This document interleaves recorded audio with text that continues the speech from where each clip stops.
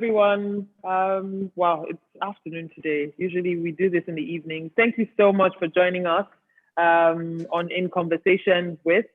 It's probably I've lost count, fifth or sixth one.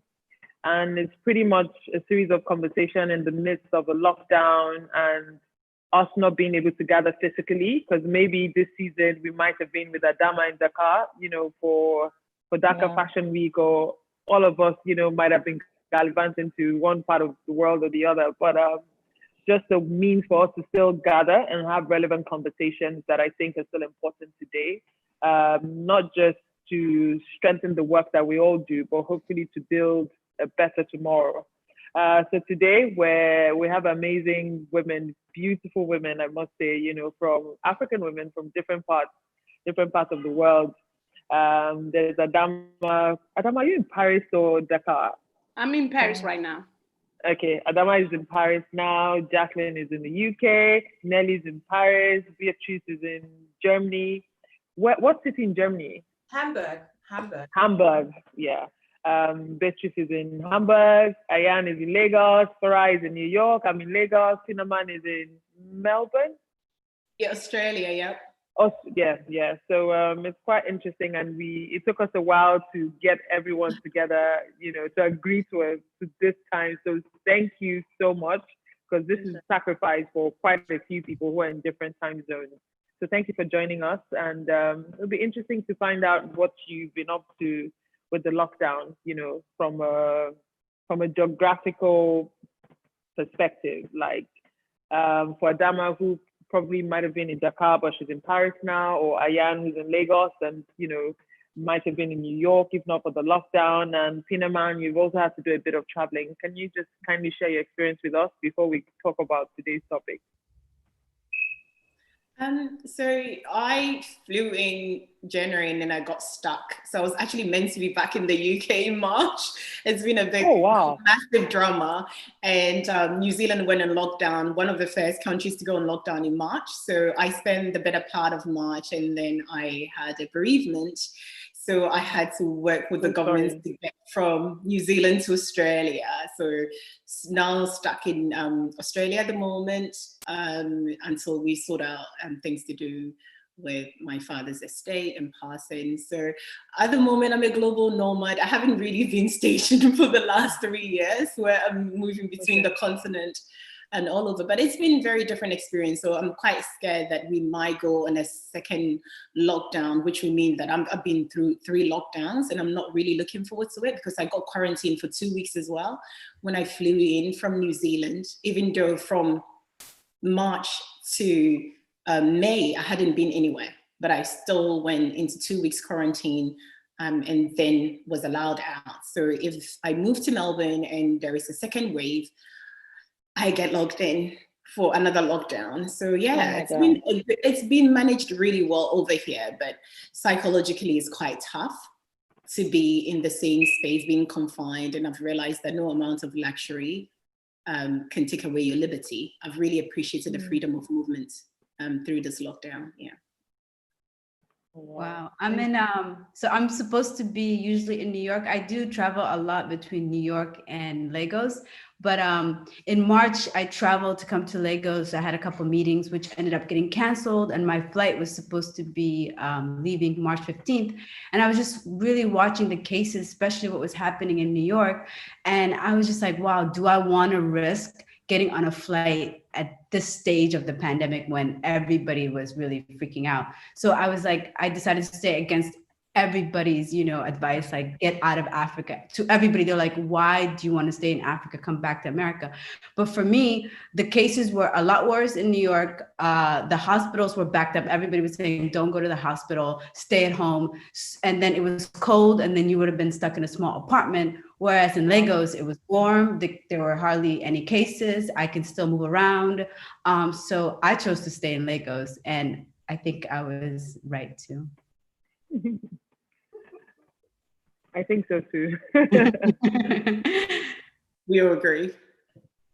Yeah, no, I'm very happy I stayed. I mean, like I got so many, I did this quarantine series that I got because I'm in the fashion industry and a lot of the brands I work with are in Lagos. I got to sort of talk about the industry and how a lot of my brands were being affected, and really, you know, be close to, you know, the work that I do rather than being, you know, so far away and not feeling like I was connecting.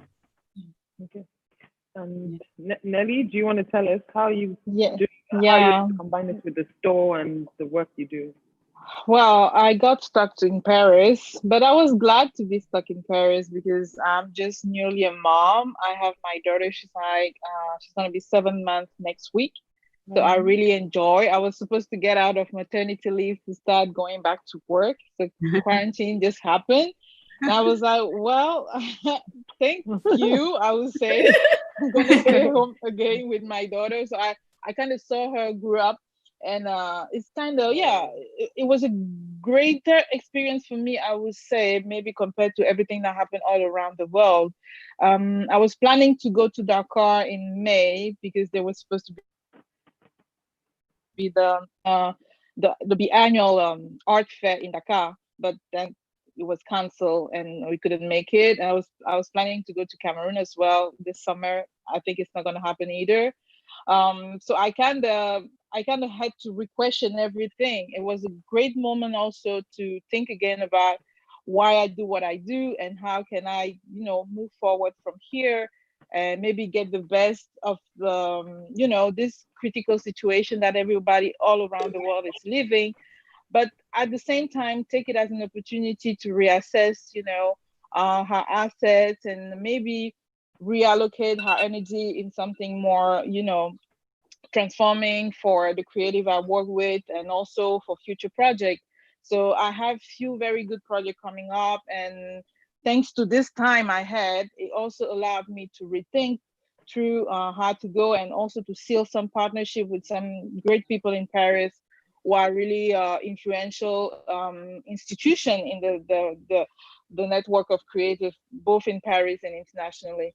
So it's been a challenging time globally, but for me personally, it's been a great time to rest, because I think for the last 6 years, I was just going from a project to another project, from a trip to another trip, never having time to, you know, rest and say, okay, you did this, it was great, and you know, how also return on experience and maybe go from there. I was just going from one project to another. So this time, it gave me this, you know, this crisis gave me time to breathe a little bit and reassess. And I think, yeah, next year is going to be a great year for us, I think. Oh, that's awesome. That's really awesome. Beatrice, who wants to go next? Yeah, let me go next. For me, I was planning actually a trip to Ghana and Ivory Coast. I thought I would be there in April and May. So while I was planning, I just realized, okay, it's not really working. And I was supposed to also create a trade show here in Germany, in South Germany. And we were about to already book some flights for designers. And we then really realized, okay, this kind of COVID pandemic is really serious. So I just had to also somehow swift everything and just come up with other ideas, because I just said, okay, at one point I was also somehow relieved because I was last year really doing a lot and a little bit stressed out. So I was like, okay, it's also good to kind of take a break and focus locally on your collaborations and talk with people you haven't been anymore in touch with. And that was actually a quite turnout, because interesting collaborations came out of it. And so new projects are in the pipeline.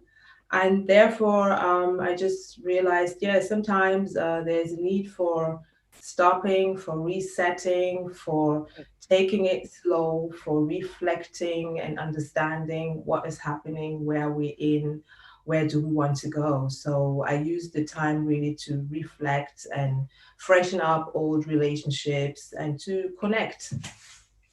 So therefore, I was just glad to keep on going somehow. But it's still strange, because flying is something I really enjoy to do and I actually need to do. And for this year, well, I hope by end of the year it's possible to travel and to move around. Fingers crossed. So who wants to go next? Jacqueline or the ladies in yellow? That's good. Okay, so I'll just speak. I think everybody so far is saying similar things in regards to, I think we're women that all work probably too much. We're very passionate. We've all got big ideas and we're all doing a lot of great stuff, and we just keep going. And so this has kind of forced us to maybe pause. Well, I say it has, but I've actually been working probably more because I'm a creative. So I keep thinking of new ideas and I want to do more, and I'm serving different types of people. But in some ways, like Beatrice, I mean, I'm a traveler and it's been hard to not get on the plane in the since last October. So I'm really like, need to get out of England right now.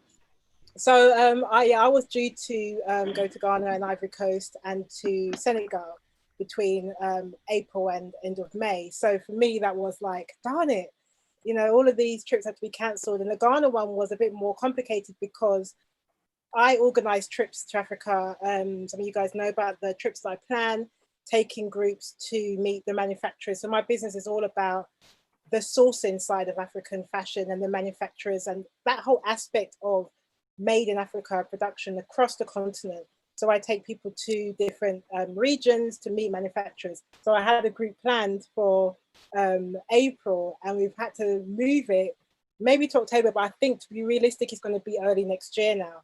So navigating all of that when nobody knows what's happening, really, we just have to kind of wait it out. So that's been a major challenge for myself as a business owner. But then equally, I'm really enjoying the new creativity that's coming forth, but I do need a holiday. I need a holiday, not even a working trip. I need a holiday now. So yeah, that's been my experience. I'll go. I've really envied anyone that's had a relaxing, easygoing time because it has not been roses over here. So I'm in New York, which was one of the hardest hit places like in the world. And so every day you're turning on the news and it's just deaths all day. And it's like, you can't escape it. You're watching a show on TV and then the mayor comes on, breaking news. So it's been really, really stressful. And I'm hoping to find a moment that I can have a time to reset and relax. On top of it, my husband and I were both, small business owners. So I have my store at the Narativ that I'm sitting in right now. And we were forced to shut down, was it in March? Yeah, at the beginning of the pandemic. And it was such a serious moment that if you kept your store open, you would be fined, like severely fined. So we kind of came to a moment where there was no money coming in, nothing coming out. And my husband and I just looking at each other like, what are we going to do? So for us, we kind of had to think on our toes, and I had to start focusing on more e-com. And since people weren't buying dresses or shoes or bags to go anywhere, we switched everything and started producing masks. Never in my 30-some years would I think that I would be living off of a $15, $20 mask. And surprisingly, that's really what has kept our business afloat. So we started doing everything e-com, and that's been such a blessing. E-com has been going really well. And then we also were able to start doing like doorstep or, curbside shopping. So it's crazy to think that masks literally saved the narrative, but I think it just goes to show that, as women in this industry, we're always thinking on our feet, what can I do next? How can I move forward? So in terms of that aspect, I'm grateful because now that sort of opened us up to a new audience, a bigger audience. So yeah, I'm just waiting for my moment to relax. Hi, Adama. Adama, we know we've been on too many of these things. Same. I'm listening to all these ladies. We have the same story. I relax. I find my time to relax. Like it's been 5 years now that I'm a big traveler, and I travel just for me. I don't travel. I take time to travel for me. I realized that I was working a lot. So 5 years ago, I decided to work 2 months and go travel 1 month or two. So that's my life, and that's what I've been doing. So it's a bit depressing because I can't travel. But I was lucky enough, the early pandemic, I was in Senegal in a small island. I spent like a month there. So I'm lucky compared to all of you. And I had to come back here because I'm a stepmother. And kids were going to school, and I took open the store here because in France they were allowed us to open the stores. And yeah, mask also save us. Mask save us, save the shop, and all of our shops are closed. The only France are open, so it's been really tough for my businesses. And for this 2019, 20 was supposed to be good year for us. We were planning on opening 4 more stores in different countries, and everything just collapsed. So it was really stressful, but you know, we believe in God, and we gladiators. So we just keep going with mask or boo-boo or anything that we can sell. And for my part, I start producing for TV now. That's another thing. I start making money by producing little series, sitcoms about fashion. That's how I kind of make the kind of try to comment dit ça, payer les shops, because I have to still keep paying rents. And alternative, you create an alternative income source. All of Canal Plus, and I already work with them though. So, but I decide to just jump into. Now I'm a producer. I'm a proud producer, guys, girls. So that's well done. Like we're doing movies, short movies for them and for whoever want them. So and that's how we had that idea of the quarantine fashion show, and the quarantine fashion show just made me realize that I can sell other things to French TVs. So that's what we're doing, but still into fashion. Yeah. So well done. I mean, my story is similar to yours as well. We've I mean, this in my entire life, this is the longest I've been in one city ever, and I don't really think I travel that much, but beyond that, you know, for work, it's been an interesting phase as well. In the beginning, I didn't particularly mind the approach to work because it's always been similar to the way we work, but gradually as things intensified, it became quite a bit much. We've also been fortunate that the SHF trains, the part of our work that focuses on capacity building, skills development for apparel manufacturing has been good. So we've been able to rally as many people as possible to mass produce PPE release material, masks, gloves, coveralls, bed sheets, you know, different things like that. So that's predominantly what, you know, that part of our work that people don't even see or know anything about is probably the only thing that's been super active now. But I just think that, you know, things will get better. It's definitely going to get all of us to pause and think a little bit. But before we go too deep into this thing, I want to talk about you, because that's why we're here.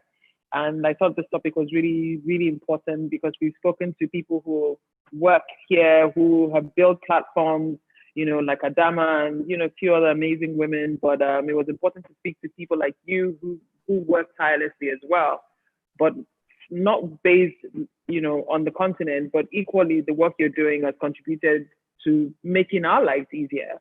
And it was important that, you know, we listen to you and, you know, just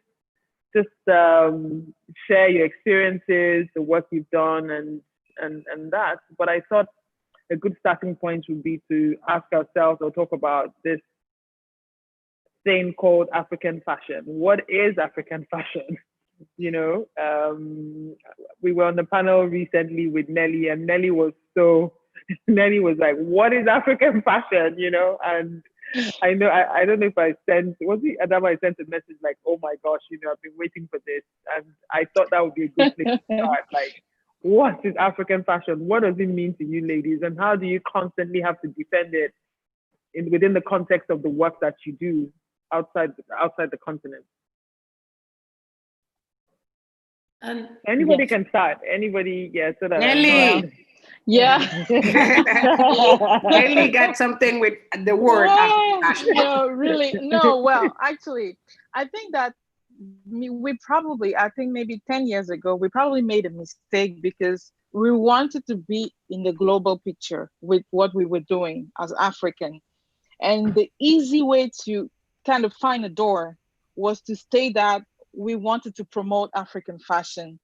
But when you take the global picture, I think now that we have a lot of offer, we have a lot of designers, all of them are very different. Africa is 54 countries, and there's a lot of influences from different parts of Africa. All African designers do not have the same narrative. Some are more focused about sustainability, others are more focused about heritage, other ones are more focused about print.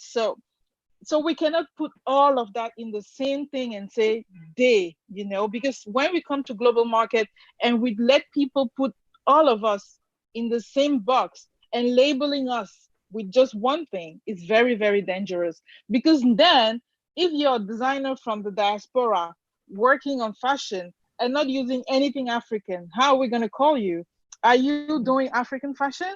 Are you doing fashion? Are you just a black designer doing fashion? Then it becomes very complicated. And I think that we should kind of get rid of that, labeling, because it's more important for us as, entrepreneur, creative, and brand people to define who we are rather than to trying to label who we are just with one thing. And I'm realizing more and more today that working with a lot of creatives, some from Morocco, they will say that, well, we do not really do African fashion because for them, African fashion is print, it's only print. And then if you have a designer from South Africa designing a white with homegrown cotton, so maybe it's better to first define the designer, define his characteristic, to tell what he's all about, what his DNA is about, what he believes in, and what is his signature. And then we can maybe finish our presentation by saying he's from Africa or he's manufacturing in Africa. I think now we have to be more precise.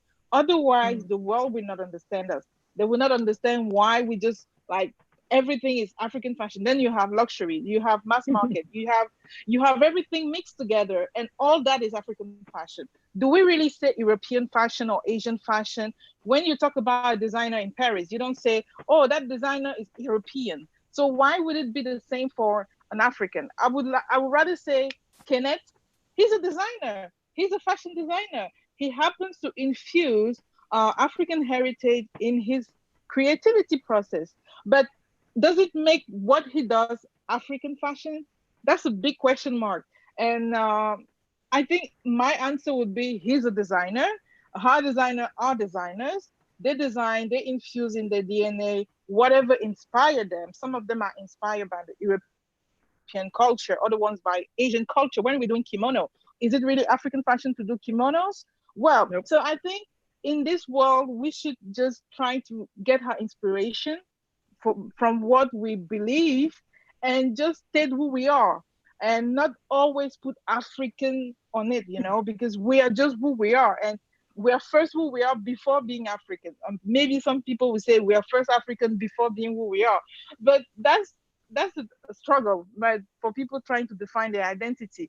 But I think we should focus on what we do and what we do great and better than other people around the world, rather than focusing on where we're coming from, because it also comes with a lot of non-said information. And sometimes we just label and put on the corner just because we're coming from Africa. So we should just promote who we are, what we believe in, and then the rest will just happen, I think. So that's my take on it. I don't want to be right or wrong, but that's how I feel about it. But that's, of course, and that's what this is about, airing that view. It's very important that, it's expressed and shared. So anyone else? I have a long journey with the whole idea of African fashion. So I had a label with my twin sister we're based in New York. We were born in the States and we lived in Somalia. We're originally, our family is Somalian, but we moved back when we were very young. So for all intents and purposes, we consider ourselves American. And it wasn't until we decided to have a fashion label, then all of a sudden African fashion came out of nowhere. And it wasn't that we were anti-African fashion, but every time there was something written, it was like African designers, and we sort of decided to take that on because we didn't understand why we were being pigeoned into that. We lived in New York, we were designers, and that's what we wanted to do. But once this idea of African fashion came about, that we did an episode of CNN Inside Africa, and then we started getting invited to different fashion weeks in different countries in Africa. And that's when we first saw the plethora of different designers and different cities and different takes on fashion. And I think that's the legacy that brought me to what I do now, which is I created a platform for, and I do say it's called Ditto Africa.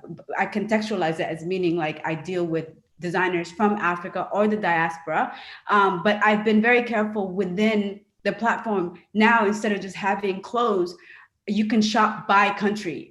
You know what I mean? You can shop not just by category, you can shop by country. So you can decide to shop from Dakar, Senegal, or you can shop from Ghana or Kenya. And the reason why I did that is to sort of show that, yes, a lot of African designers are from the continent of Africa, but we all do different things. And my goal is people to shop the continent, but to also realize like we're very different and try to highlight what the difference is. And so I'm very big on creating content around each brand and then infusing the cultural nuances within that brand and within that country. So yeah, saying African fashion, it is just turning all of us into just one thing. But I think it's up to us, right? For us to sort of differentiate ourselves and give back to the world in a way that shows that we're all very different. Can I jump in quickly? It's a really quick point because I'm hearing what Nelly's saying, and I didn't even know that you and your sister felt that at the beginning. I just see from the other side when you guys came out, and it was just like, yeah, maybe because it seemed more, I don't know, glamorous or more ethnic to say it's African designers, and just made you more interested. Sometimes that's what the press will do. But yeah. If you're looking right now, in the time of this recording, we're just coming out of protests happening for Black Lives Matter. And we're seeing a lot of press now with the top 10 African designers or the top 10 Black ABC. Yeah. And so now it's the black fashion designers. So now it's an even bigger group of Black fashion. And that's now a title. So like my family from Jamaica, you're from Somalia, different African countries here. So now we're all being put into the Black fashion designer kind of hashtag. So but now we were put into all of that. It was always Black or African, and it was just like never designer, right? But something great came out of that for me, meaning like, okay, if everybody sees us as African, maybe this is something that I need to realize, because I felt like a fraud, right? We didn't know much about our roots in the sense that like we weren't trying to be African designers, right? We were trying to be two cool chicks in New York, Brooklyn, trying to be designers. But I think that title was given to us. And if anything, it's been great for me because I'm like, okay, maybe this is where I need to, head. Focus. Yeah. But I also think the question is, I also think the question is, now that, we're talking about Black fashion, are we going to be in a few years down the line saying, you know what, we never should have taken on that whole Black fashion thing because now we pigeonholed ourselves again. It's like a cycle. We need to stop it. Yeah. And for me with my store, I made a conscious decision not to carry the idea of traditional African prints or African fashion. Yeah, we have a few things here and there because it's a lot of non-persons of color are the ones that have definitely identified us as African has to be the prints and, the bright colors and this and that. So when people come into the store, especially non-persons of color, they're like, oh, this is African? Oh, I didn't know you guys didn't use prints or, whatever. And I'm like, yes, there's so much more to us. What you see is one side of media, what the journalists want to portray. We are so much more than that. So I'm just nervous that again we're pigeonholing ourselves to be now we're Black fashion designers. I think we've been pigeonholed because we've never been a part of the fashion landscape. So we needed to be pigeonholed. And now I think as we build a story in our narrative, these conversations can start and we can define ourselves as who we want to be. Because when I think about the continent, I think we can also flip it on the head. What makes the continent unique? So if you're a designer with ancestry from the continent or from the continent, there is craftsmanship that the continent is known for. There is traditions that imbue our designs. There is culture. So those elements offer us a value proposition that perhaps other cultures don't put forward, that the Western cultures have taken as inspiration for the longest time and has not really credited us. So perhaps this is also giving us an opportunity to say, okay, great. We haven't been part of the landscape. Now we are in the fold, or we're slowly telling our own stories. We're telling our narrative. This is what we want you to know from the continent. There are 54 raft of talents, different cultures, different traditions. So perhaps this is our platforms providing the channels and the avenue to be able to have these conversations, but also to really tell, when we say Africa fashion, is it, like Nelly said, is it the person? Is it the design? What is Africa fashion? But I think there is space right now for us to define what it is. But if I'm based in Australia, New Zealand, and the awareness about the continent is very limited. So sometimes it's also strategic to be able to use that to educate people and then introduce them to the different activities or different talents, different tapestry of creativity that is coming out of the continent. So we've done that. We started off with Africa Fashion, New Zealand, and slowly I brought Nana Brenu, I brought designs from Akosia, I brought designs from Projediah in South Africa, so different parts of the continent, just to show them, okay, there are 5 regional segmentations. And then within that, we have Sub-Saharan Africa, and within that, we have North Africa. So it became an avenue for education and a platform to tell people about the creativity that the continent presents. So in as much as we want to distance ourselves from the whole label of Africa fashion, I think we also need to flip it to educate people and to see what Africa fashion presents to the world that is so different. You know, there's been a lot of mistakes made in the fashion industry with supply chains. Perhaps our small limited run production on the continent through the different designers that are here with Adama doing bubu. Well, bubu, we know bubu traditionally, but has it been in the mainstream, in the most fashionable, elevated luxury level that she's doing it at the moment? We don't know, sir. I think we need to sometimes, it might seem like a negative label. Why don't we take that label and flip it?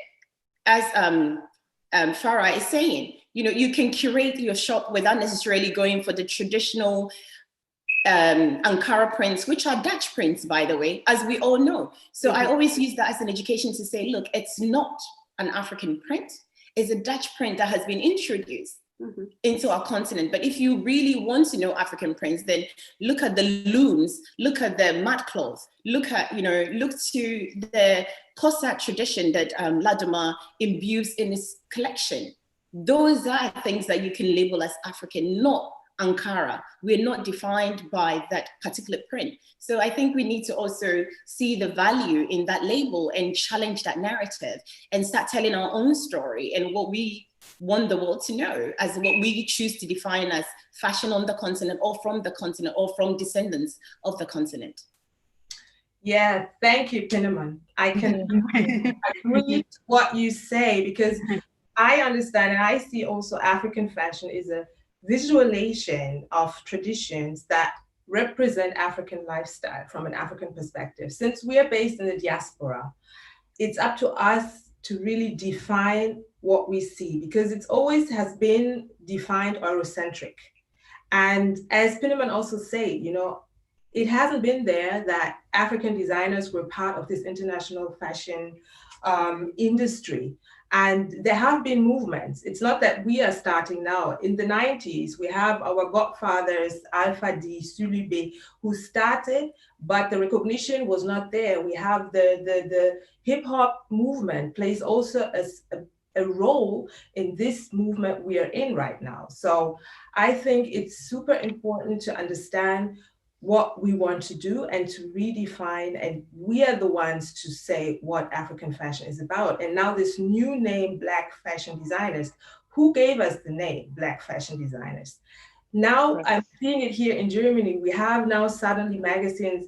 Wow, we are introducing now Black-owned fashion businesses. These are the 7 Black-owned fashion businesses. And the thing is, if we want to be in this business, it's up to us, because we have culture, we have all these techniques, as you already mentioned. There's so many techniques either in Nigeria, in Senegal, and Uganda.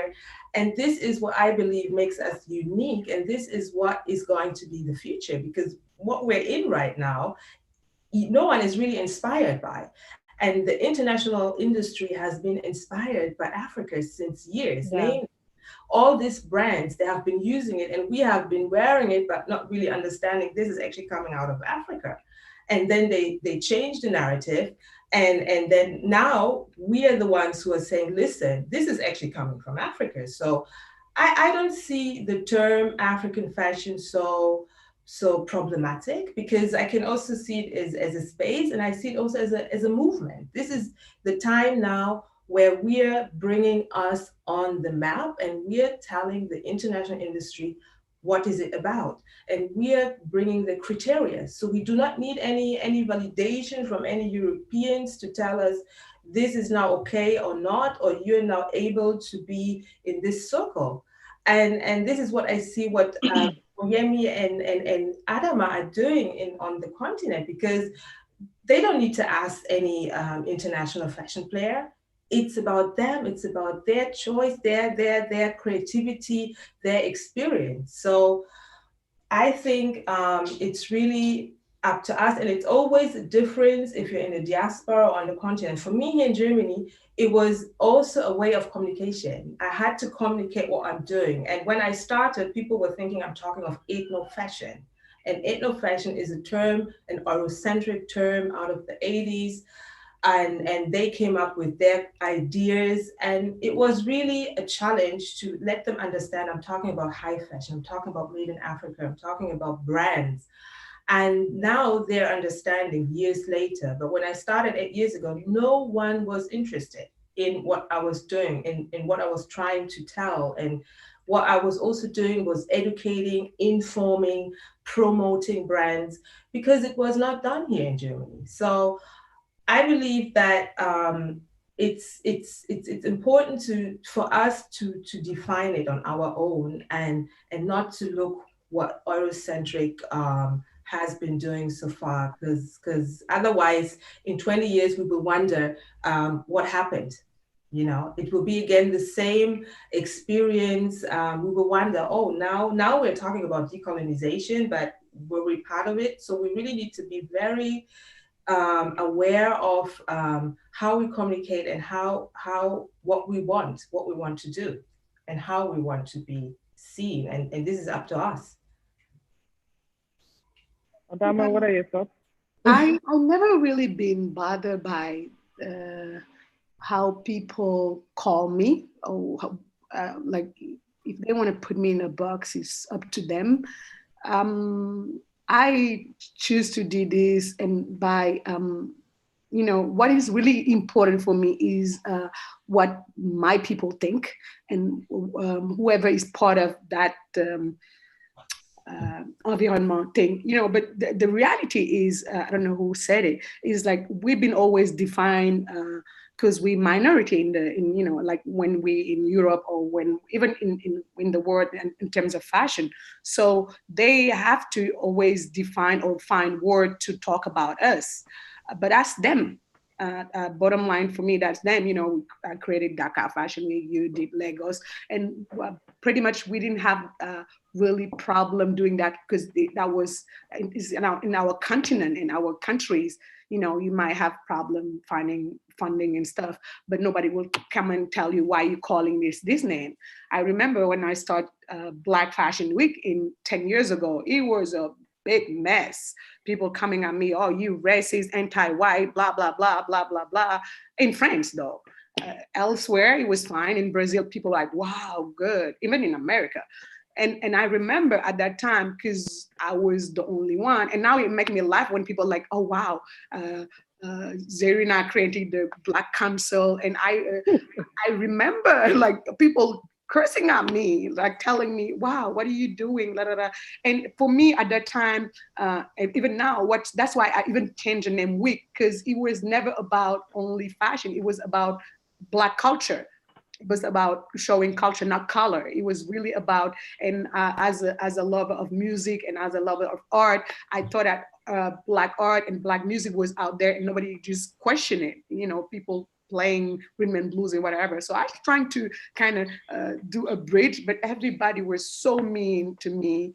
And now you see American getting into that thing and owning the Black thing and whatever. So bottom line for me is just like, we have to do things, and no matter what people think, you know, we do have to play our role and tell our story, our narrative. And by to be able to do that, we need to give a force to our entrepreneur. We need to create TV. We need to create magazines. We need to create so many things that tell our own story. That's why, like as African, because we are all African descendant, we kind of frustrated because lots of time is just our story, like told by people they don't know much about us and about what we're living and what we are. So to me, being an entrepreneur and what we're doing, like all of you lady, will push forward what we wanted to be called, or je sais pas, African fashion or any other terms. You know, my goal is just to be able to, for all of us to own media, because I think it's so important for us to tell story. It is, I mean, we into fashion and stuff, but we realize that we are, you know, in our fashion week, man won't let me lie about it. You invite press, it's a lot of money. You treat them, and most of the time we try to invite press from overseas because they have a bigger audience. Yeah, audience. And you know, and I realized, I remember that's how I started my TV. I remember inviting fashion TV, and they were coming and showing me at 3 o'clock in the morning for 3 minutes, and I paid them tickets at nice hotels, and you know, and I was like, okay, I'm gonna stop this. How I started my own TV with little money, but with passionate people, and now I stopped literally inviting press from outside of Africa. I decided like 3 years ago to invite press are based in Africa, even if they're European, because I, you know, and I was like, okay, it will take maybe 10 more years, but if I give them all the access and all the credit I give to European or American press, maybe they will also grow, as you know, when we can grow together. So to me, the way they call us doesn't really matter to me, as long as we can tell our story, even side by side. Like right now we cannot because we're not a bigger force, but hopefully we all realize that we need to tell our own story, and by doing that we need to invest in media, in magazine, in Lagos Fashion Week, in Africa Fashion Guide, you know, just so she can come in Dakar or Lagos and talk about us, and that's what we need to focus on. Yeah, it's very, I totally agree that for me, African fashion, I struggle with it, I'm not going to lie, because I think it's quite wide. And and why I find it a bit wide is because it's not just the umbrella of creatives who are of African descent or African who somehow, you know, use that tag or that label. Is the fact that even sometimes when the big heritage brands are inspired by African fashion and African design, you know, they also get, you know, they get part of that. You know, it's called, oh, they're inspired by Africa and it's romanticized. And then there's this whole thing about it. And I know we have a lot of our work cut out for us, but I'm also mindful that sometimes is so wide that there's so many people who are not directly related to the continent, but they can benefit from this merely by getting on a plane and going to a part of Africa to just, work with artisans or craftsmen. Whereas, you're all out there doing the work, putting all your blood, I call it blood, sweat, and tears, so to speak, not to be so graphic, to try to build something, which is very important, makes what Adama is saying very important, that, that's where ownership needs to come in, to be able to communicate whatever we want to communicate. We need ownership. We need to be able to be at the forefront of controlling that narrative, sharing it, and, letting people know that this is our story and this is how we want to be represented. So like Farai is saying, 10 years down the line, we're like, oh my gosh, we're no longer Africans. We're no black now. We're black fashion. We're Chinese. We are going to dominate. We're like, we're back here again, like oh my gosh, we're all now we're black fashion, which is where, like a Dito Africa comes in, that whole, yes, it's e-com, but at the same time, Industry Africa is e-com, but at the same time, you're telling the people's story. That's where Adama's TV company and what she's doing comes at the role of that, to be able to be at the forefront of defining that narrative and telling people this, we're viewed from that lens. And we all know if an article, no matter where it is written by one of us, it's always different from when it's written by an outsider who doesn't necessarily, it's not as connected to the continent or its people. There's always just something slightly different. So we have no choice. But it's I just wanted to add a comment, Omoyemi.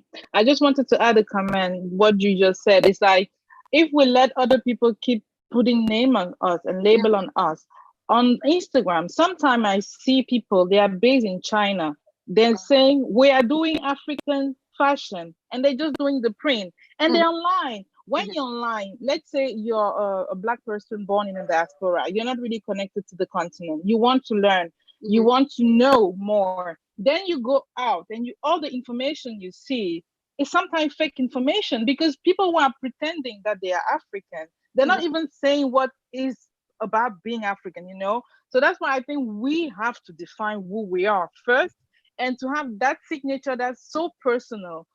When you come to France, I had this problem because when I was operating on Faubourg Saint-Honoré, I was like, okay, what am I going to put out? Should I put Africa something? And at the end of my reflection, I just finished by saying, okay, put Nelly, because that's you. And you don't need to say that you're black or you're African or whatever. When somebody sees you, they know. And when you tell your story, they know and they understand that. So it's not about being against the term African fashion, but it's about defining who we are and not letting other people say that because we are doing what we're doing, then we are in African fashion. No, we're just doing what we're doing because we have those values. And if we're sharing more our values than sharing where we are from or whatever, it will have more resonance, I think. And people maybe will have a greater understanding of who we are rather than just putting label on us.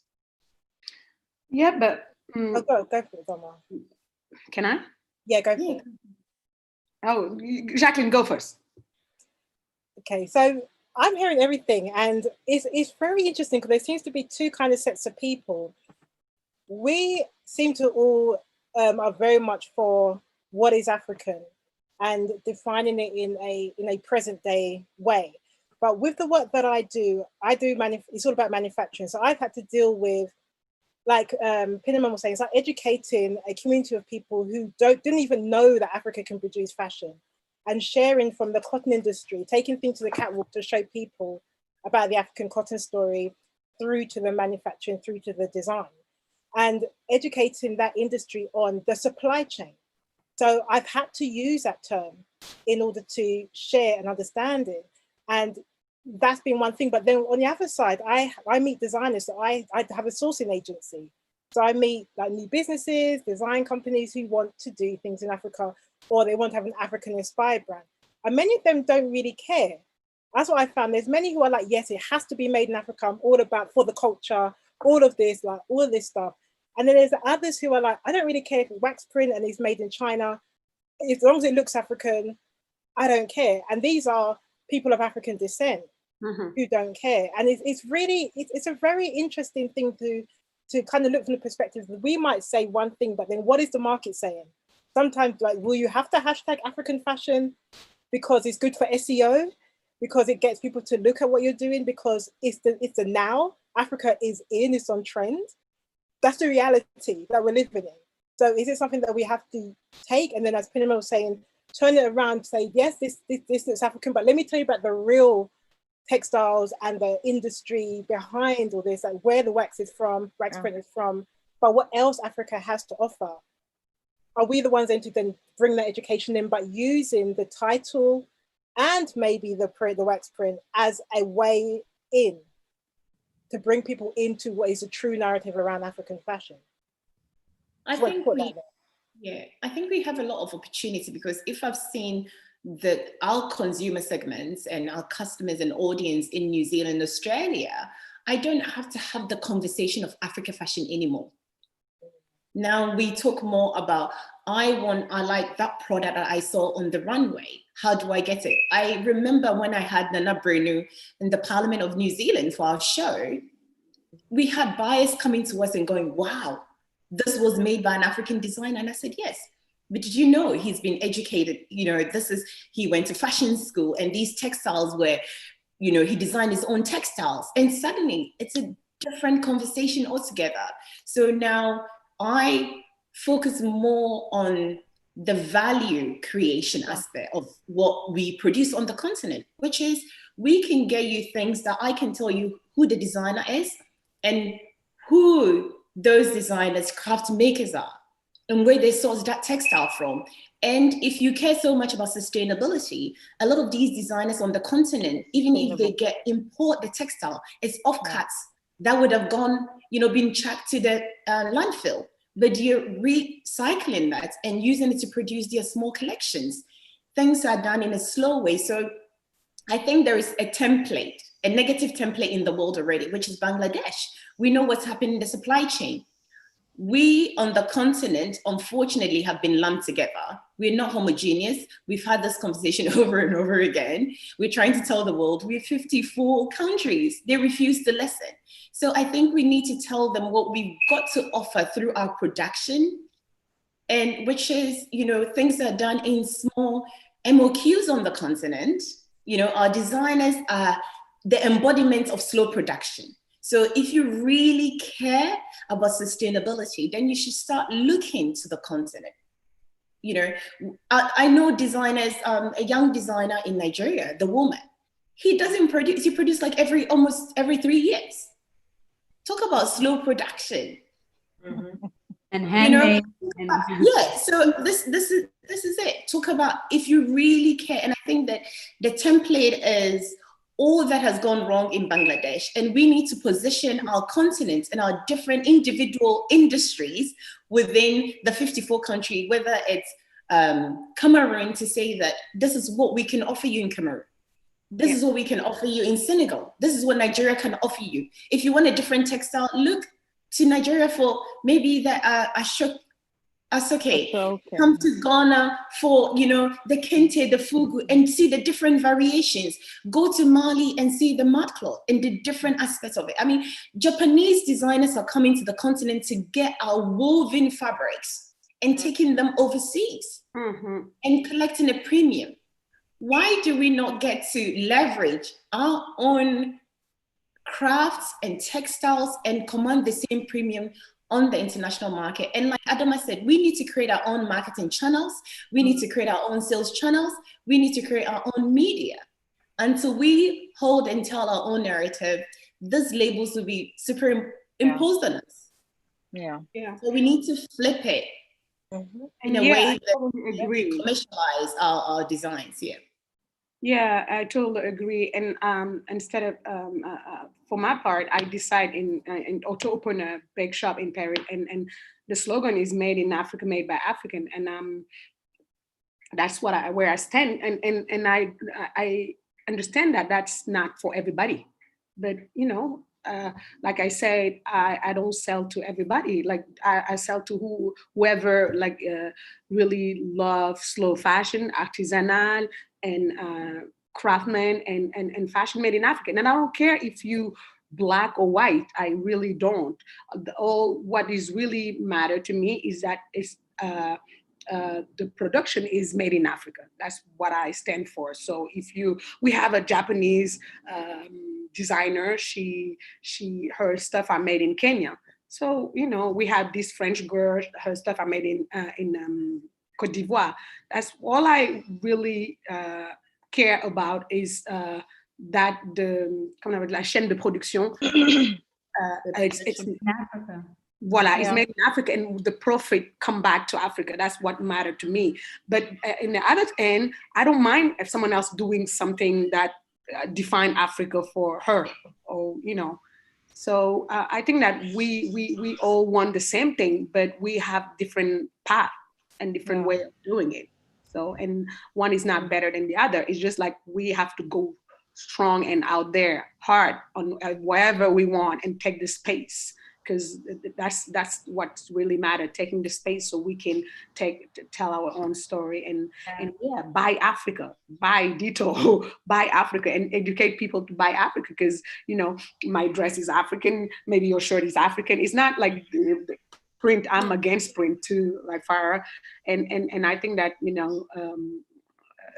fashion, like Lagos are showing it, and Moonlook also are showing the different Africa that we want. I think that we just need more of us, and I'm so glad that Omoyemi, you bringing us together. This pandemic is really bringing something good out of us, honestly, to be honest. And for the first time for a long time, because I've been in this forever, I see people not, sorry for the other term, just fighting about nonsense. And I see people coming together for the sake of just us, and that's really beautiful. And this shouldn't be a trend. We need to keep going. I see different initiatives coming out, and it's just so good. And I think that the only way we can name whatever we want coming from wherever in Africa is just we take the space, like we might not agree on stuff, but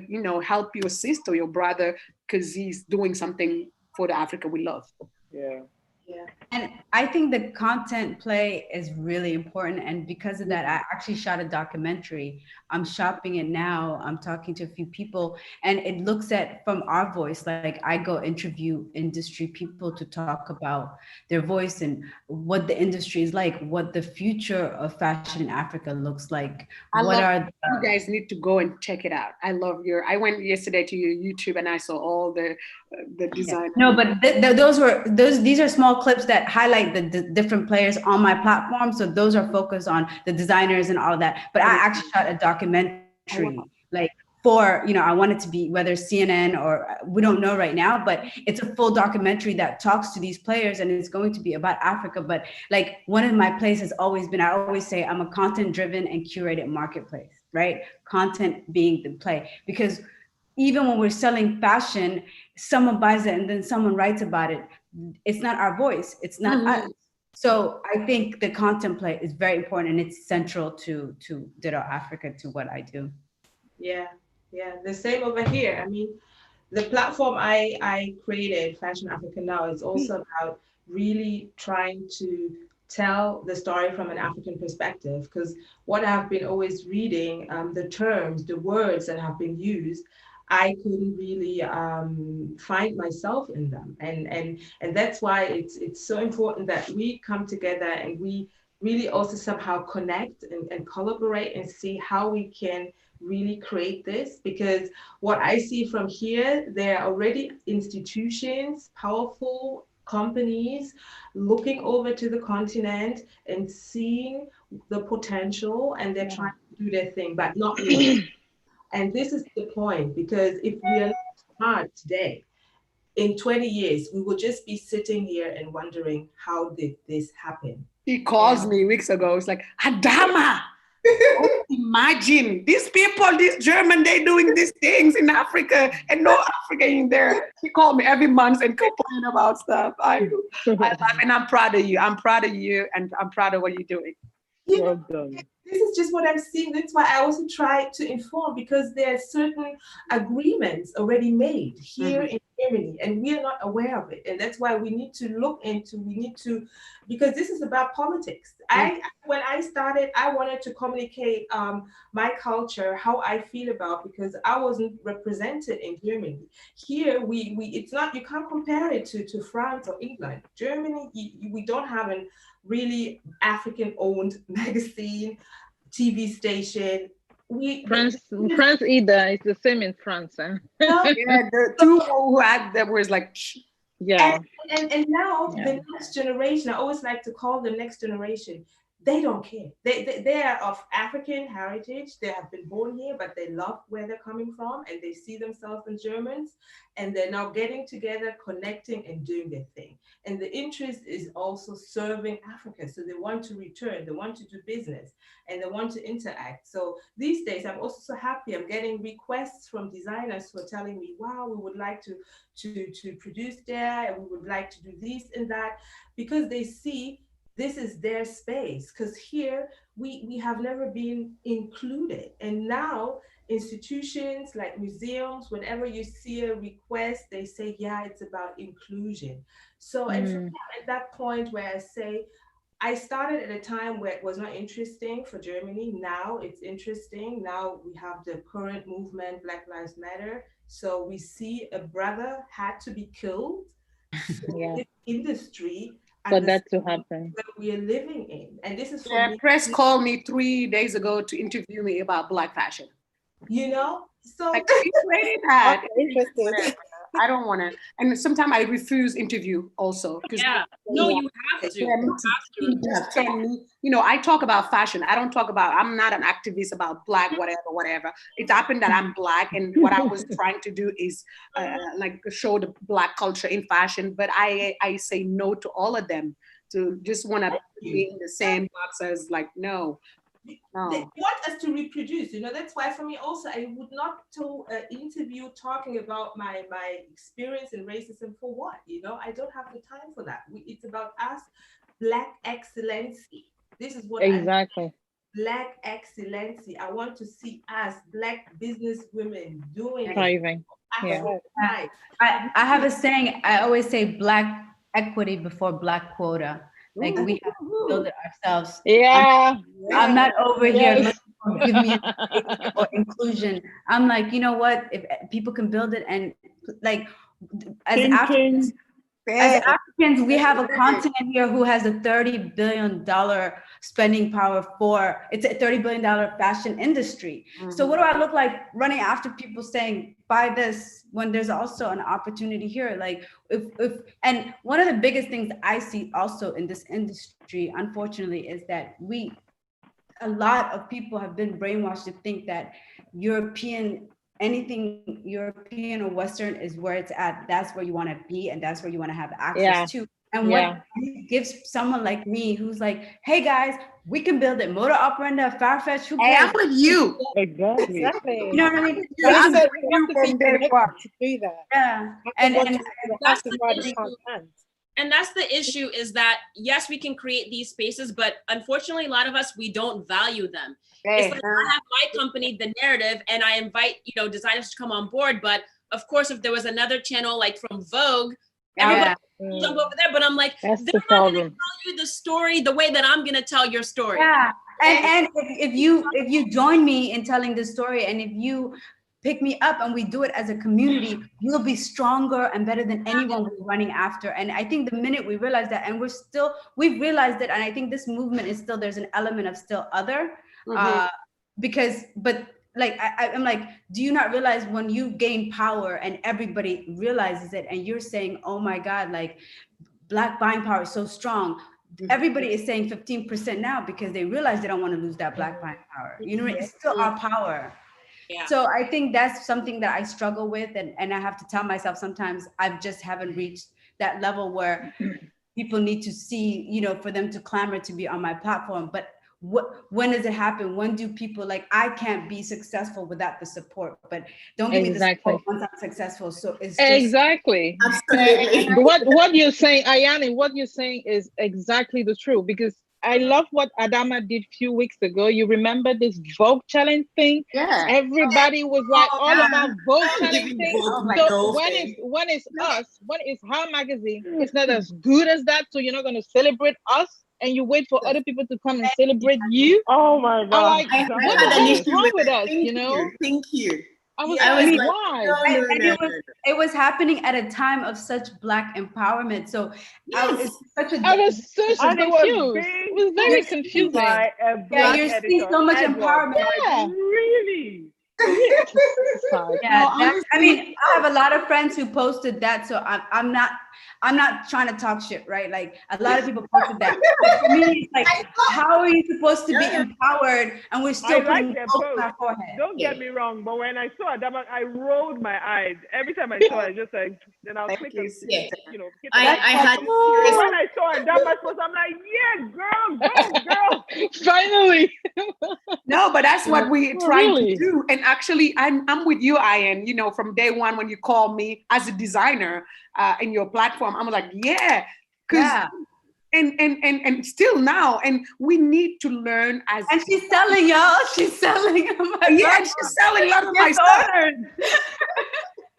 and I really. I know maybe I'm now in a level that I can say no to certain things. That's also like don't like true. That's true. I can say no to a lot of things, and because for me, what is important now is not what was important 10 years ago. It's just a journey. I think that young designers sometimes they want to be Vogue and whatever, because that's how we've been taught that good was good or great was great. But I think that also lots of these young folks that we're seeing, and I was like, I'm impressed by the way they carry their Africa, by the way they're proud of themselves, and I think that we just need someone like Omoyemi. She's really good at that. Educate people. Yeah, you're good at that. You're bringing people together and stuff, and we just educate people. Go to and go to African platform, Black platform. Try not if we give the power that we to our magazines, African whatever magazine that we give to Vogue. I'm sorry, I love Vogue, but I love my own. Yeah, we love it. It's not an attack. Power that if we all of us like we invite Milk or Brune or if whoever, magazine. If all of our fashion show invite them, they will be out there. Exactly. And I remember, like, when I start posting, like I post for 6 days a different magazine, lots of people inboxing me. I didn't know this one. I didn't know this one. This one is good. And they're great platform. And I think that, Ian, what you're doing is amazing. And I'm ashamed that certain designer just snub you, because it's just like, we are so over that. We are so. No, for me, it's a challenge. It makes me step up to the challenge. And I know, but I'm proud to be your shoo. So you sound like great. Yeah. Exactly. And you said it. They shouldn't celebrate you when you succeed. They should make you succeed, and that's what it's all about. We should make each other succeed. We shouldn't wait for other people to come and celebrate us. Black empowerment, blah blah blah blah, and it's all talk. I've seen it. It's all talk. But this is what it's all about, though, isn't it? This is what it's all about. I mean, we're here today. Oh, sorry, Pinaman. No, go. I'm just saying we're here today representing people who are doing, or women in this instance, who are doing influential things in African fashion, for the lack of better terms, mostly in the diaspora. And this is the whole point, that we need to be able to connect. And I loved when you did the conversations, or was it the locked-in ones, Omoyemi, which was with all the different design fashion shows in Africa, and bringing those, the heads of those together. Because remember, other people are looking at what Black people are putting out, Black, African, brown, Caribbean, whatever, what are putting out, and they're having opinions. So if we see that, the Black community, but let's take Black right now, are coming together, it's like there is unity. And that's where the power is. As I was saying earlier, a house divided cannot stand. If we cannot say, can I support you? How can I work with you? How can I come on your channel? Can I do this? Can we at your event? When Loza had her event, which was cancelled, and I heard she was doing, I said, look, I'm behind you. I'm here to help you. I don't mind. I will come. I'll host. I'll do whatever you need to make sure that this is a success. COVID locked that down, but I was willing to help. When Beatrice has events, I want to support. You know, if I know about your events, I'll be happy to support and share. But I don't always get that, and I find that is something that is a challenge within our community. Let's just be real here, ladies. It's a challenge within our communities. Let's change the narrative within ourselves and support one another, and that's what's going to lift up African fashion in a greater way. Exactly. Very valid. Thank you. Yeah. So please, very valid. True. We need to support each other, be more deliberate and conscious about supporting each other. So we might do it subconsciously or low key, but you know, to put it out there, like you know, in Nigeria, we say to carry it on our head. So we should carry it on our head. You know, when it comes to one thing I had wanted to add to what Ayan was saying was, in talking about, you know, supporting each other as well, we also need to do some education where we turn the mirror to ourselves. How many of us actually buy African fashion brands? You know, my whole entire wardrobe, everything. Over the years, deliberately weeding out, you know, Absolutely. I've sent a side message to Adama, girl, are you wearing AP? Girl, I need that in my closet. And I've been working for fashion brands and I've had to have samples. I'm sorry, they're not all African right now.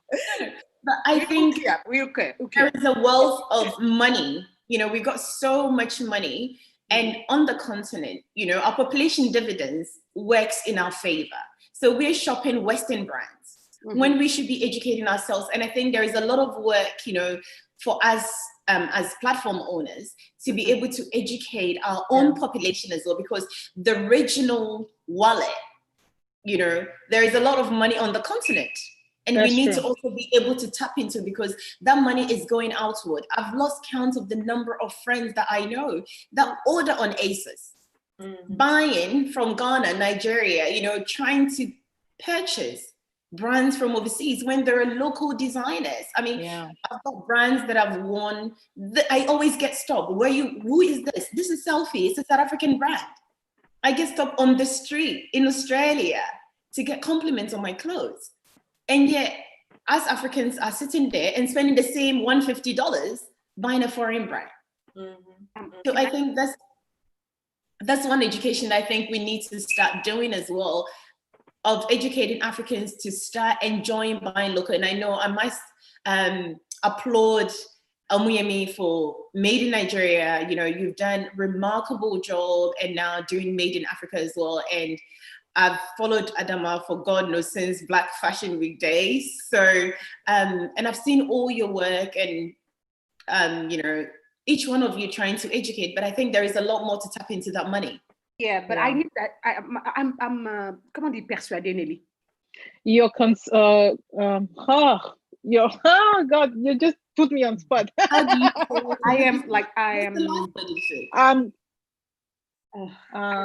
Pourquoi ça sort de ma tête comme ça tout de suite? But I really think that educating just by talking about it will take too long. We need platform with media, magazine, because that's how our people see those brands. They see in TV or magazine or whatever, you know. Okay. My girlfriend, she's like, it's the same thing in French, and I persuade. Yeah, you can say persuaded or convinced. Yeah, convinced. And I really think, and that's why I know, like, people like, oh, media, but and as a media owner, it's like, oh, why do you want people to have media to be competitive? We're not competing. We need more of us to fill spaces. Honestly. And that will lift me up. That will, you know, we need more media, because media is the thing that educate people nowadays. Thank you. Whole platform in Instagram or whatever. But we need those media, because us just talking about it, we maybe have 300 people listening to us. That won't do a lot. But if we out there, Dito have a TV, whatever, Legos at the same time, you know, all of us just comment dire, inonder, flood the bombard people. And, you know, you don't have to have a network like me, a channel, TV channel, whatever. But now in the internet, you can do whatever. And, you know, try to support each other, because when Omoyemi invite me, I show up. And when I invite Ayan, she showed up. But I truly think that media will help us educate. I think the one thing we're lacking, because I've seen it in all professional areas, the one thing we're lacking is to sit down together at least once per year and strategize and willingly say, this is where I am going with what I'm doing. This is where you, Adama, you're going with what you're doing. How can I support that? Do I have a contact that can help you go faster? Do you have a contact that can help me go faster? We really need to sit down together working on that at least once per year and strategize. Because everybody is doing that. So we can bring everybody on board, and we can have the diaspora coming in. But I think that we structure Africa first. So we can bring, you guys. Exactly. We are working on, like, I've been working on that for years, but now these girls help me, and we join forces with other good and big platform. And honestly, I am so confident that we're gonna make it happen, because we are now willing, all of us, to just, even the recalcitrant, we know the stubborns, the stubborns, we know that we can only succeed together. I think that whoever, like, not knowing that right now need to be out of the game, because that just will slow us down. Like, we know that I need to help Bia, I need to help Jacqueline, I need to help Omoyemi, and she, giving it back, and I never believe in competition in that way, because I'm a designer. I create a platform for designer. And I was designing before I created. So people are like, why are you not doing your own show? Because I think that, even my shop, like, why are you having other designer? Because if they don't buy me, they buy the other, and I still get money out of it. So I don't understand. I think that's the problem, because Black equity. It's all about that. Absolutely. I also think it's a problem, because why do we even have to have the narrative of competition amongst Black people and African people? Do you know how many white women have thousands of different companies, but they're all making money? Like, there's 8 of us here? Like, why can't we all make money? I hate that we always, or not even that we say competition, but other people always want to put us against each other. Exactly. That's this is the point. This is also how I see it, because we function together, and if we know who we are, if we respect each other, this is the point. If we respect, if we have our values, if we know in what direction we are going, we can make it. And this is what always happened, that from outside, interruptions came, the whole mix up, and we were all suddenly apart, and we were wondering why. And that's why it's so important that really, like, I'm here in Germany. So if some of your brands are interested to do something in Germany, reach out to me. I have my contacts here. When I was in Paris, when you opened your Moonlook pop-up, I said, let me travel. You came over to UK. We came to Dakar. I came to even Dakar. Lagos. Yeah, we were in Lagos together. You see, for me, I travel. I'm going to your platform. So please, also at the same time, I know I've been to Hamburg. You have been to Hamburg. And Berlin. We're gonna get you down to Down Under. Oh, you need a few days. I invited Laduma. He said, I'm going to come in 24 hours. And I said, no, it takes you 24 hours to get here. So you need to give yourself 4 days. That's that people underestimate it. So we invite you, and you come to New Zealand, Australia, and maybe you go to Asia. That's what we have to do. Because you can't come this way for a day. And for Ayan, I will also now send you a request to write an article about you, because I see also Fashion Africa now as an emerging media brand that really wants to portray Black-owned businesses, designers, fashion players, and here people are now also reading and wondering that they were not aware. I get a lot of orders from Germans, funny enough.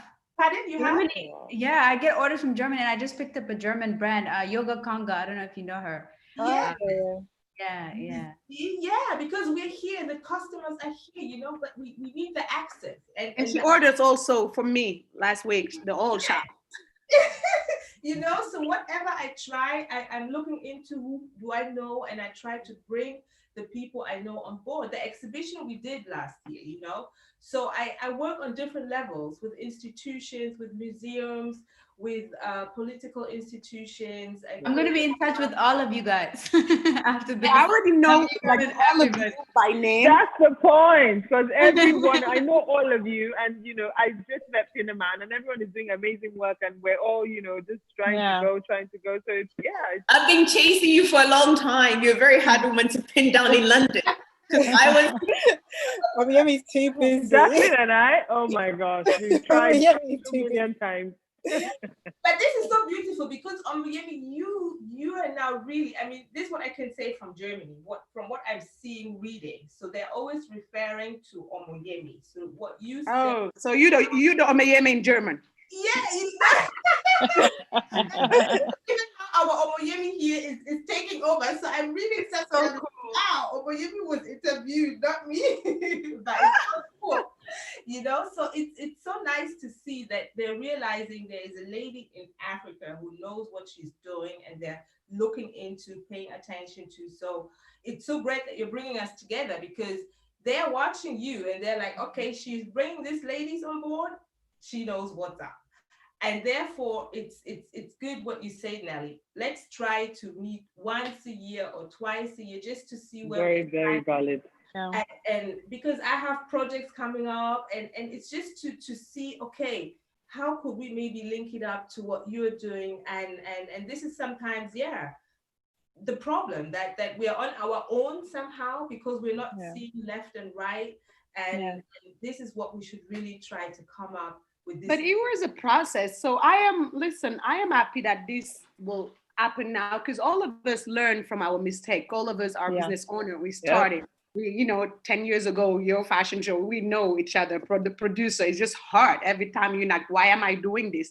And we learn, with your Farai, with your shops, and, we all learning. And I think that, this is a good time because we learn from our mistakes. We, Ayan, you struggle with designers, with shop, with order in Africa. We all know better, and we know now how to, navigate. And we're grown enough to just to just share, really share, and honnêtement, honestly, and without no. And I think that it's a good time, because we weren't ready 10 or 5 years ago, because we were all with our own issues and our own platforms, our own businesses, and no, this is a good time, and we just need to embrace it, and I'm Nelly, Omoyemi, all of you know that I'm so working with this council of federation, and we're gonna come together one way or another, and we will sit and go to Ethiopia, go to Ghana, go to each country for 1 year. We just need to be together, just for the sake of, first of all, just be together. Very important. Like, and being with someone that you're talking to, and knowing each other, and not like being friends, but knowing each other like will help us get through. I'm supportive. And being friends, nothing wrong with being friends. No, I mean, just saying. No, I mean, just saying. Just and I think that this is the time, and all of us willing. And also, what I love about the conversation. I'm sorry, I'm talking too much, but after this, I'm done. Oh, please. It's like, when the federation, nearly for years, I've been, and now suddenly after this pandemic, everybody realized that we need to stick together. Yeah, it's so beautiful, and I think that we now are writing something new. We are really creating something new. Either we want it or we're not. We're aware of it, but we are like doing something really major. And other platform also, other designer people are getting together to doing things. This is so. I am so happy that I'm able to live this with you guys. Same. I think you guys have answered and touched on all the other topics in some way, shape, or form. Like the convergence, the future. And I think that's really, really important. The future is coming together. The future is working together. The future is owning our narrative, controlling it, And we can only do that, by empowering our media as well, and to be able to support each other's vision, each other's work as best as we can. So I'm excited about the future. And yes, the pandemic has been really crappy and awful, but so many good things have also come out of it. Oh yeah. Oh yeah. That's true. And I can wait to host you all in Senegal. Yep. You managed to sort out the calendar. I am like, honestly, whenever we know, and we talked about it, Omoyemi, with our group of ladies, we really want to structure this and invite. And it's just hard that most of us are women. It's just crazy. Very odd. Someone sent me a message. How come the panels are always women? I'm like, but yeah, we're the ones doing things. We get things done. We get things done. Listen, I have to let you go, guys. I need to go to the school. We're rounding up as well. It's yeah, that's true. I love you all, and I know it's been really great having everybody. I'm looking forward to connect with Farah and Pinaman. Am I saying your name right? Pinaman. I'm really looking forward to connect with you guys because you're the two I really don't get to know. Et merci ma sœur Omoyemi. Et maintenant, moi je veux que la prochaine fois on parle français parce qu'il y en a marre. Bisous. Bye. Bisous. Bye bye. Bye. So thank you so much, ladies, for joining us. That's been really, really awesome. I mean, it's amazing how we went quickly through all the topics without even knowing. And at the end of the day, concluding that, the conclusion is also great, that the future we want to see is a shared future between all of us, where we're all working together, coming together, collaborating, and empowering the voices that matter.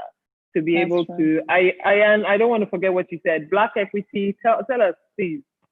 Like through all this, we keep talking about Black quota. Let's not forget Black equity. And Black equity means, we can try to get quota and be on platforms that we don't own. Yes, we'll make money, but at the end of the day, the shareholders are not us. So we have to implement and be on platforms where at the end of the day, it's equity that we're earning. Yeah, we are on board. So important, it's economic empowerment as well, and that can only happen if we're buying, like Pinaman said, buy Nigerian, buy African, buy from the people, produce in Africa. Like Jacqueline's work is dedicated to bringing people home, keep the money here, empower the people. Farai, even though you're in New York, the work you're doing is super, super connected. Bringing the brands in is just re-emphasizing and enforcing the fact that we have to empower ourselves financially, not just on the boards and representation. I still think it's tokenism, to an extent, token representation on boards or magazines or content or all of that. But let us own, ownership where it matters the most. And I think that's a good place to end this. So keep on, I don't know. One more parting, I don't know, what do you want to tell us this season before you all, before we say goodbye, something that you want to leave us with? I just really want to thank you, Omoyemi, for, bridging the gap and getting all of us together, because I think we're really on the verge of building something as great as we always dream. And this is the first step of making it possible. And I will really definitely connect with you, Ayan, because I just went to your platform today. I just saw it and I love everything you're doing. And this is great. We need to be more people like aligned, doing the same consistent thing, because that's what the world is expecting from us. And that's I am expecting from us, first of all. And whatever the world label us, doesn't matter. We should just keep doing what we're doing. Thank you, guys. Yeah. I would say sometimes I get too much into my bubble and trying to build and trying to do, and it get frustrated within this bubble and not realizing there's a community out there that could be supportive. Maybe a lot of the issues I'm having, if I was able to connect with you guys, so you can steer me in the right direction, say, oh, you're having a hard time with this. Oh, I know someone, I can help you. So I think for me, getting myself out of this bubble that I'm in and seeking help and seeking advice is, what I've taken from this conversation. I think I also want to say, Omoyemi, thank you so much for creating this platform to bringing us together. For me, I feel like a lone soldier down under. So I'm always having to travel to Europe, to the continent individually. And each time my schedule doesn't seem to match up, Lagos Fashion Week will change. I'm like, I need to be here. And 2020 has kind of paused everything. And I was really looking forward to coming in this year and actually being at Lagos Fashion Week. But I know that it's been quite instrumental being able to connect with everyone that I've seen in some shape or form doing your amazing works. So it's all about, you know, co-petition, which is cooperating and not competition, and also being complementary. I think that there is scope, as Ayan said earlier, for there to be far-fetched much as fashion. There can be so many of us to move our continent forward. As a policy person and entrepreneur, job creation is really is something I'm passionate about. So seeing the money move back, as Omoyemi said, back to the continent, seeing jobs being created for our own people, because we're the youngest population. So we need to create capacity. We need to build our skills. We need to keep our crafts going. And I'm excited for what we've all begun and what we're doing. So we're in the process of relaunching our platform. So I'm excited, and then fundraising. So hopefully by the end of the year, early next year, we'll be back out again and representing the continent down under and across Europe. So, and I know I'll be engaging with each one of you in some shape or form, and we'll be recruiting from Omoyemi's platform and Adama's platform very soon. Nice. Yeah, I just want to say thank you, Omoyemi, for having me. I was sitting in my store last night feeling really overwhelmed and alone in this fight, because I've been fighting for representation and for us to be seen for so long. And so today I just woke up, and talking to all of you, I feel so relieved, because I'm like, oh my gosh, like there's more of us. We all have the same fight, the same battle. So it's kind of making me sort of rethink how I want to push everything forward. And it's working with all of you all, seeing how we can all build together. Because the narrative has been built on visibility for African brands, Black brands, global brands all over the world. So I'm just so relieved that like I have women that are in this fight with me. So I can't wait to grow and build with all of you all. Yeah, Omoyemi, I also really thank you for really putting this together, inviting us, and I was also feeling like so happy and glad, because I've been always saying the diaspora in Africa, we need to connect, we need to try to find each other. Yes, you're always pulling my ears. Omoyemi, don't get carried away. I'm always on your case. I'm like, and Jacqueline and I, when we're, you know, finalizing this final, Jacqueline was like, no, I think we should do it this way, this, you know. So it's good as well to have women like you to bounce ideas back and forth and build together. You know, let's build together. And I'm so glad that you put this up, and I'm happy to meet all these ladies here. The ones I didn't know, I will connect. So please, keep this up, and I'm here to support. So whoever needs something from me, feel free to reach out, and let's do this together. Okay, and then for me, so for those who are watching and for all the ladies here, we're part of an ecosystem, and fashion in general is an ecosystem. It cannot exist without all the parts of the supply chain, all the cogs working together to make it function. And we all have a very important part to play in this. So maybe somebody here, you work with designers, you need some supplier support. Maybe I've got something to help you. Maybe there's shows that your designers can go and showcase on, and the other ladies have platforms for you. Maybe we need the media support. We've all got the shops, the media, the sourcing, the shows. We've all got a part to play in this ecosystem. And I think for me, it's just even more. I mean, I probably do, like Omoyemi said, sometimes we do it on a small scale, but maybe we can do it on a larger scale. Supporting each other more, bigging up each other. And remember that, you know, your success is that you win, we all win. So, you know, it's good to see our faces in bigger platforms. It's good to see our platforms get greater, because it's given a platform for the rest of us. So let's all win together. That's how I like to end it. Oh, that's a lovely way to end. So thank you so much, ladies, and enjoy your Friday. Pinaman, so sorry. I've been like, oh my gosh, she has to go to bed. No. It's Saturday, or nearly a few hours to Saturday. 1 hour. No. Oh wow. Oh, and I know, wow. Farai, you have to start your day, and everyone else has to go back here. So thank you so much. This has been so uplifting for me. I don't know about you ladies, but I really enjoyed this. I enjoyed listening to you and just tapping into all that energy about, the future, that the future we have, it's a shared one. And keep doing you, and hopefully see you soon. Yes. Thank Bye, you. everyone. Bye-bye, everyone. Bye. Bye. Bye. Thank you, guys. Thank you. Bye.